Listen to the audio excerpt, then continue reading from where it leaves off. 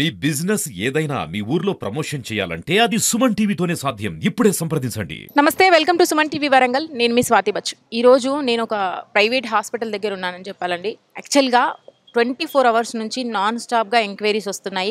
వరంగల్లో ఏదైతే సంఘటన జరిగిందో గోపాల్పూర్లో అమ్మాయి సూసైడ్ చేసుకుంది అనేది అయితే మనకు వార్త వచ్చింది. అమ్మాయి తరపున తల్లిది తండ్రిది వాయిస్ అయితే మీ ముందు ఉంచాం, అసలు ఏం జరిగింది అనేది అయితే ఇక్కడ ఒక ట్విస్ట్ ఏంటంటే, అసలు మేము రిలీజ్ చేసినప్పటి నుంచి కూడా వీడియో చాలా నెంబర్ ఆఫ్ లక్షలలో కామెంట్స్ అయితే వచ్చాయి. అసలు అబ్బాయి తరపున ఒక్కసారి వినండి అని చెప్పి. అయితే మేము ఇందులో గమనించింది ఏంటంటే అండి, అమ్మాయి మైనర్ అయినప్పటికీ కూడా అబ్బాయిని పిలిపించింది తానే. అక్కడ జరిగిన సంఘటనలో ఉన్నప్పుడే ఆ అబ్బాయి మీద అటాక్ అవుతున్నప్పుడు ఈమె సూసైడ్ చేసుకోవడం జరిగింది. అబ్బాయికి అమ్మాయి తల్లిదండ్రులు ఎవరైతే ఉన్నారో తండ్రి గాయపరిచాడు గొంతు మీద అనేది అయితే వార్త వచ్చింది. అసలు ఇందులో నిజ నిజాలు ఏంటనేది తల్లి తండ్రి వాయిస్తో మీ ముందు వీడియో ఉంచడం జరిగింది. వాళ్ళు చెప్పింది ఒక ఎత్తు అయితే, కింద కామెంట్స్లలో చూసుకుంటే లక్షల కామెంట్స్ అబ్బాయికి అసలు ఏం జరిగింది, అబ్బాయి వర్షన్ ఒక్కసారి వినిపించండి అన్నారు. అయితే అబ్బాయిని ఎంక్వైరీ చేయడం జరిగింది. ఇప్పుడు మేము ఈ ప్రైవేట్ హాస్పిటల్కి చేరుకున్నాము. ఇక్కడ అబ్బాయి ట్రీట్మెంట్ అయితే జరుగుతుంది. కానీ నిన్నటి నుంచి కూడా అసలు వీళ్ళు చాలా ఈ రూమర్స్ని అయితే ఎదుర్కొంటున్నాము అనేది అయితే వాళ్ళ నోట్తోనే మేము వినడం జరిగింది. మీకు ఒక్కసారి వినిపిద్దాం, అసలు ఇందులో నిజ నిజాలు ఏంటి అనేది అయితే తెలుసుకోవాలని చెప్పేసి ఇక్కడ దాకా రావడం జరిగింది. అబ్బాయి ప్రస్తుతం ఇక్కడ హాస్పిటల్లో చికిత్స పొందుతున్నాడు. గొంతుకి గాయమైంది, డీప్గా కట్ అయింది అనేది అయితే తెలిసింది మాకు. ఒకసారి లోపలికి వెళ్ళి వాళ్ళ వర్షన్ని కూడా విందాం. వాళ్ళ తల్లి ఉంది ఇక్కడ, అబ్బాయితో కూడా మాట్లాడే ప్రయత్నం చేద్దాం. అంటే ఆయన మాట్లాడే సిచ్యువేషన్లో ఉంటే గనక ఆయన నోటితోనే అసలు ఏం జరిగింది అనేది అయితే తెలుసుకునే ప్రయత్నం చేద్దాం రండి. ప్రస్తుతం మనం భరత్ తల్లి దగ్గర ఉన్నామండి. ఒక్కసారి వారి మాటల్లో కూడా తెలుసుకుందాం. అమ్మ నమస్తే. నమస్తే మేడం. అమ్మ, మేము ఆల్రెడీ పాప తరపున వాళ్ళ పేరెంట్స్ వాయిస్ని అయితే తీసుకున్నాము. అది ఒక వర్షన్ అయితే, మరి మీరు మీ అబ్బాయి గురించి ఏం చెప్తారు, ఈ సంఘటన గురించి ఏం చెప్తారు? మీరు గొంతు విప్పి మాట్లాడితే చాలామంది వెయిట్ చేస్తున్నారు అసలు నిజం తెలుసుకోవడానికి. సరే మేడం, థ్యాంక్ యూ మేడం. మా బాబు ఫస్ట్ మాకు వీళ్ళు స్నాప్ ద్వారా పరిచయం అంట మేడం. మా బాబు ఫస్ట్ తను అమ్మాయి ఫస్ట్ ఇయర్, మా బాబు సెకండ్ ఇయర్ అండి. అప్పుడు ఎస్ఆర్ ఎడ్యూ సెంటర్లో మేడం మా బాబు కాలేజీ. తను స్నాప్ ద్వారా పరిచయం అయ్యి వాళ్ళ మమ్మీ వీళ్ళ ఇద్దరు మాట్లాడుకుంటుంటే అప్పుడు చూసి తను షీ టీమ్కి పిలిపించిందండి. మా బాబు మేము వెళ్ళక ముందే తను వాళ్ళ పాపకి కౌన్సిలింగ్ ఇచ్చారంట, మాకు తెలియదు. తర్వాత వాళ్ళు రమ్మని కాల్ చేసిళ్ళు సార్ వాళ్ళు. మా కాల్ వస్తే మేము వెళ్ళినాం, మా సారు నేను వెళ్ళిన తర్వాత బాబుని పిలిచిండ్రు. సార్ వాళ్ళు ఏంది నాన్న, ఏందిరా, నువ్వేం మాట్లాడినావు అని చెప్పేసి కొంచెం బెదిరించారు. బాబుని కూడా కొట్టారు. ఇక నుండి నువ్వు అట్లాంటి పనులు చేయకు, మాట్లాడకు అని అనేసి బాబుతోటి చెప్పారు. మాతోటి కూడా సైన్ తీసుకున్నారు ఇక్కడ షీ షీ టీంలో.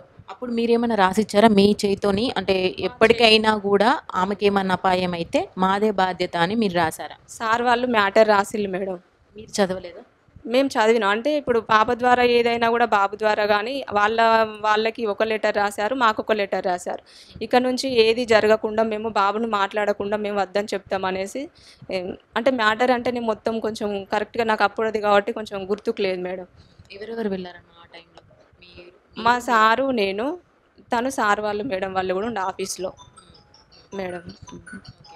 ఆ తర్వాత సంఘటనలు చెప్పండి. ఆ తర్వాత సంఘటనలు అంటే అప్పటి నుంచి తను బాబు మాట్లాడలేము మేడం. మేము కూడా వద్దని చెప్పినాం, ఇక నుంచి నాన్న నువ్వు కాల్ చేసినా మాట్లాడకు, అమ్మాయి కాల్ చేస్తే కూడా వాళ్ళ పేరెంట్స్కి చెప్పు నువ్వు అని చెప్పి మా బాబుకు చెప్పినాం మేడం. మా బాబు కూడా అప్పటి నుంచి ఏం మాట్లాడలేదు. మళ్ళీ మేము ఇంటర్ అయిపోయిన తర్వాత కూడా మళ్ళీ ఇక్కడ ఉంటే డిస్టర్బెన్స్ అవుతాయి అని చెప్పేసి మేము హైదరాబాద్లో జాయిన్ చేసాం బాబుని. మాకు బీటెక్ ఫస్ట్ ఇయర్లో జాయిన్ చేసినాం మేడం. మళ్ళీ మాకు ఇప్పుడు బాబు వచ్చే వరకు కూడా మాకు తెలియదు. నేను అంటే ఒక 2 డేస్ క్రితం బాబుకు వీడియో కాల్ చేసి మాట్లాడిన, ఎగ్జామ్స్ ఎట్లా రాసినావు నాన్న, తిన్నావా అనేసి నేను మాట్లాడినాక మమ్మీ అయిపోయిన ఎగ్జామ్స్ అని చెప్పాడు. చెప్పిన తర్వాత మళ్ళీ బాబు 10:30కి, మాకు తెలియదు 10:30 కూడా అనేసి, అంటే మాకు స్టేషన్ నుంచి ఫోన్ వచ్చింది మేడం 4:10కి ఫోన్ వచ్చి ఇట్లా భరత్ మీ బాబేనా అంటే అవును అంటే వాళ్ళు ఏమన్నారంటే స్టేషన్కి రండి మేడం, మీ బాబు ఇక్కడ సీరియస్గా ఉన్నాడు, గొంతు తెగింది బాబుకి. అంటే మా బాబు ఇక్కడ ఎందుకు ఉన్నాడు సార్, మా బాబు ఇక్కడ లేడు, హైదరాబాద్లో చదువుతున్నాడు కదా అంటే, లేదమ్మా ఒకసారి మా బాబుకు ఫోన్ ఇవ్వండి సార్ అని నేను అన్నాను. అంటే ఏం పేరు సార్, మా బాబు పేరు అని అన్నాక భరత్ కుమార్ అంటే ఫోన్ మా బాబుకి ఇచ్చారు. మమ్మీ నేనే ఇక్కడ హాస్పిటల్లో దగ్గర ఉన్నాను అన్నాక మేము వస్తున్నాం సార్ అని సార్ వాళ్ళకి కాల్ చేసినాం. చేసిన తర్వాత మళ్ళీ మధ్యలో మేము వచ్చేసరికి బాబు గొంతు తెగిందమ్మ, సీరియస్గా ఉన్నాడు అని చెప్పి మా సార్ నెంబర్ తీసుకొని సార్ కూడా కాల్ చేసిరు. చేసిన తర్వాత మేమిద్దరం ఇక్కడికే డైరెక్ట్ హాస్పిటల్కి రండి మేడం అంటే ఇక్కడికి వచ్చినామండి. మీ బాబుతో మాట్లాడే ప్రయత్నం చేసినారా అసలు ఏం జరిగిందని తెలుసుకోవడానికి? మేమా అండి ఇక నేను అప్పుడు ఆ సిచ్యువేషన్‌లో కొంచెం అడగలే మేడం. ఇది పాయింట్ మొత్తము బ్లడ్ ఉంది. జీన్ ప్యాంట్ షర్ట్ మొత్తం ఇట్లా లేకుండే బాబుకి మేమొచ్చేసరికి. ఆల్రెడీ ఇదంతా కాటన్ తోటి అనేసరికి అది బ్లడ్ మొత్తము తడిసిపోయింది మేడం. సార్ వాళ్ళు చూసారు, "మేడం ఇట్లా చానా ఇట్లా తెగింది బాబుకి" అని చెప్పి డాక్టర్ వాళ్ళన్నారు. అంటే మీరు మీ బాబు గురించి తెలుసు కాబట్టి మీరు దగ్గరుండి ఇన్నేళ్ల నుంచి మీరు పెంచారు. మీరు కన్న బాబు అంటే ఒక వ్యక్తిని ఒక అమ్మాయిని చనిపోవాలి అని కోరుకుంటాడా? లేదంటే ఆయన సొంతంగా ఒకరు ఆత్మహత్యకు కోరుకుంటారని మీరు అనుకుంటున్నారా? అట్లాంటి పద్ధతయితే మా దాంట్లో లేదు మేడం. మీరు కావాలన్నా గూడా మా రిలేషన్స్‌లనైనా గూడా మా తరపున గూడా మీరు కనుక్కోండి. మేము అట్లాంటి మా బాబు గాని, మేము గాని అట్లాంటి ఏ తప్పు చేసేటోళ్ళమైతే మేము కాదు మేడం అట్లా. కానీ అంటే అమ్మాయి వాళ్ళ ఆరోపణ విషయానికొస్తే అంటే దగ్గరుండి ఆయన చెప్పడం జరిగింది. ఆయన నోటితోనే ముందు వెళ్లి మీ పాపని చూసుకోండి అని అన్నాడు అంత ధైర్యంగా. ఆ విషయాలైతే మీరు బాబుని అడగండి మేడం. అక్కడ జరిగిన విషయాలైతే బాబు మాకు ఇంకా అంటే వానికి కొంచెం ఇంకా మాట్లాడడం రావట్లేదు. తను మాట్లాడతాడు చిన్నగానైనా గూడా. మీరు అడగండి అక్కడ విషయాలు ఎట్లా జరిగింది? నువ్వెందుకొచ్చినావు? దేనికొచ్చినావు? అన్నది బాబుని మీ అడగండి. ఒపీనియన్ చెప్పండి మీరు ఫస్ట్. మా ఒపీనియన్ అని అంటే మేడం నేను నువ్వెందుకొచ్చినావు నాకు కాల్ చేయకుండా నువ్వు అనేసి నేను అన్నా. అసలు నీకెవరు ఫోన్ చేసిర్రు? నువ్వెందుకొచ్చినావు అక్కడికి? అంటే నాకు అమ్మాయి కాల్ చేసింది మమ్మీ. నువ్వు రాకపోతే నేను సూసైడ్ చేసుకుంటా. నాకు బ్రతకాలని అనిపిస్తలేదు అని చెప్పేసి అంట కాల్ చేసిందంట మేడం. మరి వాళ్ళ ఇంట్లో మ్యాటర్ మేడం నాకు తెలియదు. మరి అమ్మాయిని వాళ్ళు ఫోర్స్ చేసిల్లా మాకు తెలియదండి ఆ విషయం అయితే. బాబుతోనైతే తను అన్నదండి. నేను కోప్పడ్డా నేను. "నువ్వెందుకొచ్చినావు నాన్న? నువ్వు అక్కడి నుంచి రావాల్సిన అవసరం ఏమున్నది? మాకొక్క విషయం అయినా చెప్పినా గూడా అంటే, "నువ్వు మీ మమ్మీ వాళ్ళకి చెప్పకు, మా ఇంట్లో మా మమ్మీ వాళ్ళు గూడా రానివ్వరు. నువ్వెవ్వరికీ చెప్పకుండా రా" అని చెప్పి మా బాబుని అన్నారంట మేడం. అంటే ఆమె పిలిసిందని చెప్పేసి అక్కడి నుంచి వచ్చాడు అంటే, అంటే మీకు బిఫోర్ ఏమైనా చెప్పినాడా? అంటే నేను తనని నాకేం ప్రేమిస్తున్నాననో, చెప్పలేదు. లేదంటే తనంటే నాకు ఇష్టమనో, తన కోసం ఏదైనా చేస్తాను అనో, లేదంటే ఇట్లాంటి వ్యాఖ్యలు ఏమైనా వాడాడా? మేడం మనము ఇప్పుడు షీ టీమ్ దగ్గర మేము ఒపీనియన్ తీసుకున్న తర్వాత అమ్మాయి వీడు మాట్లాడకపోయేసరికి ఒక 2 మంత్స్‌కి ఆ అమ్మాయి అంట టాబ్లెట్స్ యేసుకున్నదంట మేడం. మత్తు టాబ్లెట్స్. అంటే సూసైడ్ చేసుకుందాం అన్న టాబ్లెట్స్ యేసుకుంటే తన ఫ్రెండ్స్ పిల్లలు బాబుకు చెప్పిళ్ళంట మేడం. అట్లా గూడాను మళ్ళా అంటే ఇగ మనం ఆ అమ్మాయి వాళ్ళతోటయితే మేమైతే చెప్పలేదు మేడం మేము. అయితే ఇంకొక విషయం అండి, వాళ్ళ తండ్రి చెప్పిన మాట ఏందంటే, అబ్బాయి ఫోన్‌లో షీ టీమ్‌లో ఉన్నప్పుడు మేమే దగ్గరుండి చూసినాము. చాలా మంది అమ్మాయిల న్యూడ్ ఫోటోస్ కూడా ఉన్నాయి అబ్బాయి దగ్గర దొరికినాయి. అబ్బాయి ప్రవర్తన అట్లాంటిది. అందుకనే మేము ఇంత భయపడ్డాం. 1 ఇయర్ నుంచి మాకు టార్చరే ఉంది అబ్బాయితోని అన్నారు. ఈ విషయంలో తను అన్నారు మేడం. కానీ మా బాబు మాత్రము నేనన్నా వాళ్ళ డ్యాడీ తోటే. "మీరు ఆ మాటలైతే అనకండి సార్. మా బాబు అయితే అట్లాంటి వాడు కాదు. ఇంత అకౌంట్స్ ఉన్నాయి. ఎంత మందితోటి మాట్లాడుతాండో అమ్మ. అంత వేస్ట్ ఫెలో" అని చెప్పేసి వాళ్ళ డ్యాడీ తిట్టిండు మా బాబుని. "సార్ మీరు అట్లా అనకండి. మా బాబు అలాంటోడు కాదు. అకౌంట్స్ అనంటే దాంట్లో అంటే నాకు తెలియదు మేడం ఫోను ఎక్కువ దాని గురించి. ఈ మాటనైతే నేను అన్నాను నేను. వాళ్ళ డ్యాడీతో మాట్లాడినా మేడం అక్కడ షీ టీమ్ దగ్గర." వాళ్ళ ఫాదర్ ఏమంటున్నారమ్మా ఇప్పుడు ఈ సిట్యుయేషన్? మాకు మేడము ఇప్పుడు బాబు ఇట్లా అంటే మా బాబు పరిస్థితి కూడా బాలేదు. పాప చనిపోయిన దానికంటే నాకు కూడా చాలా బాధగా ఉంది మేడం. ఏ పేరెంట్స్ కూడా కానీ కొంచెం మందలిచ్చి వాళ్ళను కూర్చోబెట్టి అడిగినా కూడా అదొక కొలిక్కొచ్చేది కావచ్చు గానీ, తను తొందరపాటు చేసుకొని అట్లా జరగడం కూడా చాలా బాధగా అనిపిస్తుంది మేడం. ఎవరి పాప అయినా కూడా అలాంటిదే మేడం. నాకైతే చాలా బాధ అనిపిస్తుంది అట్లా. డాక్టర్లు ఏమన్నారమ్మా మరి బాబు సిట్యుయేషన్? బాబు సిచ్యువేషన్ అయితే మేడం ఇప్పుడు తనైతే సార్ వాళ్ళు వచ్చిన రోజంటే ట్రీట్మెంట్ చేసిర్రు కానీ రోజు రోజుకు డిప్రెషన్‌లో పోతున్నాడు బాబు. నిన్న సారు మాట్లాడి ఏమన్నారంటే టాబ్లెట్స్ ఇచ్చిండు నిద్ర గోళీలు. ఈరోజు మొత్తం ఇట్లా బాడీ షేక్ అయింది పొద్దున. అట్లా అయ్యేసరికి మళ్ళీ ఇప్పుడు సిటీ స్కానింగ్‌కి పంపించినాం మేడం. తల బాగా నొస్తుంది అంటున్నారు. బాగా గుద్దిల్లంట ఇద్దరు కలిసి. వాళ్ళ తండ్రి వాళ్ళ తండ్రి వాళ్ళు. వాళ్ళ అమ్మ ఇప్పుడు ఆ విషయాలన్నీ బాబు చెప్తాడు మేడం అక్కడిది. ఇక్కడ గొంతు దగ్గర ఎంతవరకు కట్టయిందన్నారు డీప్‌గా డాక్టర్? డీప్‌గా అనంటే కొంచెం అంటే నరాలైతే కట్టు కాలేదని అన్నారు మేడం. నేను ఒకసారి బాబుతో మాట్లాడే ప్రయత్నం అయితే చేస్తాను. భరత్ ఎలా ఉంది ఇప్పుడు? కొంచెం మూమెంట్ చెప్పగలుగుతావా? నార్మల్. నార్మల్‌గా ఉందా? ఓకే. నీకు అంటే గొంతు మీద గాయం ఏదైతే అయిందో వాళ్ళ తండ్రే చేశాడని నువ్వు అంటున్నావా? వాళ్ళ డాడీ చేసాడు. వాళ్ళ డాడీ కత్తితోని ఇంట్లో నుంచి కత్తి తీసుకొచ్చాడా? వ్యాన్ వ్యాన్ పోతుంటే నేను పరిగెత్తిన వ్యాన్ వెనక. వెనక ఎవరైనా వస్తున్నా చూసిన నేను. వీళ్ళ డాడీ ఇంకా రిలేటివ్ ఎవరో వచ్చిళ్ళు. లిఫ్ట్ అడిగిన నేను, ఆపండి అంకుల్ నేను కూడా వస్తా అని చెప్పిన. అడిగినాక ఎక్కించుకున్నాడు. జేబులోకి వెళ్ళి నైఫ్ తీసి ఇక్కడికి వచ్చిండు. నేను హ్యాండ్ పట్టుకొని బైక్ పైకి దునికేసిన. దునికేసి వ్యాన్ వెనక పోయినా. ఇక్కడ రోడ్ సైడ్ అంబులెన్స్ అంటే వ్యాన్లో అమ్మాయి ఉంది. అంబులెన్స్కి షిఫ్ట్ చేస్తున్నారు. అక్కడ వేరే అంకుల్ వాళ్ళు ఆ అంకుల్ వాళ్ళతోని అడిగా నేను కూడా వస్తా అంటే నన్ను కొట్టేసి పక్కకు పట్టుకుపోయారు సార్. పట్టుకోవాలి. అంటే ఆ అమ్మాయి సూసైడ్ చేసుకుంది అని నువ్వే నీ నోటితో నువ్వే అన్నావంట వాళ్ళతోని, అమ్మాయిని చూసుకోపోండి అని. అంటే నీకు చెప్పిందా, లేదంటే నువ్వు గెస్ చేసావా, లేదంటే ఎట్లా? మేము ఇద్దరం ఇంట్లో ఉన్నప్పుడు హాల్లో సౌండ్ వచ్చింది, డోర్ సౌండ్, గేట్ సౌండ్ వచ్చింది. గేట్ సౌండ్ వస్తే చూడమన్నాను నన్ను. నేను చూసినాక వాళ్ళ రిలేటివ్ ఎవరు వచ్చిళ్ళు. ఈమె బయటికి పోయింది. అప్పటికి బయటికి పోయినాక 5 మినిట్స్కి లోపలికి వచ్చి డాడీ వస్తున్నాడు, నువ్వు వెనక పో కిచెన్ రూమ్లోకి అని చెప్పింది. నేను కిచెన్ రూమ్లో దాచుకున్నాక వాళ్ళ డాడీ ఇంకా రిలేటివ్ హాల్లోకి వచ్చిళ్ళు. ఈమె కవరింగ్ చేయడానికి వాటర్ తీసుకురావాలి అది అని అన్నది. నా దగ్గరకు వచ్చి భయం అవుతుంది రాదు అన్నది. అన్నాక అప్పటికి వాళ్ళ డాడీ ఇంకా రిలేటివ్ గేట్ దగ్గర పోయిళ్ళు. వెనక తిరిగి నువ్వు వెళ్ళిపో వెనకకి వెళ్ళి గోడ దునికది అని చెప్పింది. నేను గోడ దునికేసిన. గోడ దునికి అటు పోతుంటే రిలేటివ్ అంకుల్ చూసిండు నన్ను. చూసి పట్టుకుందాం అనుకున్నాడు. ఎస్కేప్ అయినా అక్కడికి వెళ్ళి. వాళ్ళ డాడీ ముందుకెళ్ళి వచ్చి పట్టుకున్నాడు. కొట్టిల్లు బాగా. కొట్టినాక ఈ అమ్మాయి చూస్తుంది విండోలోకి వెళ్ళి, డోర్ అది మెస్ డోర్లోకి వెళ్ళి చూస్తుంది. అప్పుడు అమ్మాయి వీళ్ళ డాడీ కాల్ చేసిండు. ఎందుకు ఇట్లా చేస్తున్నారు, ఎందుకు కొడుతున్నారు అంతగానం అని చెప్తే వీళ్ళ డాడీ ఏం మాట్లాడకుండా కట్ చేసిండు కాల్.